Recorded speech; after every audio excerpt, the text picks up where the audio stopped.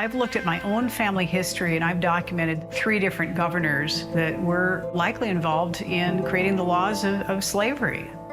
When I found out that Briayna had studied political science, that whole area, I thought, well, that matches the harm that I need to unwind. For white people, one of the most important things to know is this is not a gift. I am repaying a debt. I started working with Lotte.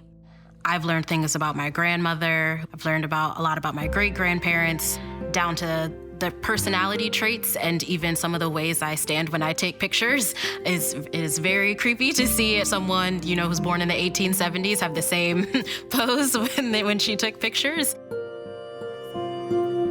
Briayna and I teach a class in reparative genealogy. We really cater to white people who have a family background of enslavement, and we give you an idea of what steps you would take to begin to do repair work. One of the first steps, understand the genesis of the racial wealth gap.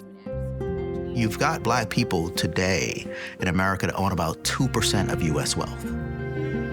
After all of this time, about 2%. How did we get here? The history of my family really shows exactly how it works mechanically. It all started with Elisha Paxton, my 3rd great-grandfather. He established a plantation near Lexington, Virginia, beginning around 1815. And with the proceeds, likely from the plantation operations, he was able to send many sons to law school, including my 2nd great-grandfather. So right there, you have the benefit of his education. In the early 1830s, several of Elisha's sons, including my 2nd great-grandfather, moved to the Mississippi Delta. There they set up a law practice and later multiple cotton plantations. Cotton became king. Cotton drove the creation of the Wall Street banks and made really the economy of the United States. But where did it put African Americans? If you go back to 1860, we know there's about 4 million Black people held in bondage. Those people are the most liquid asset in the country.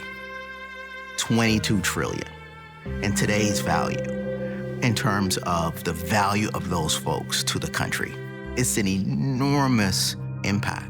So the first is what was extracted from those people during that period of time. The second is what was extracted from those people following that time during the Jim Crow era.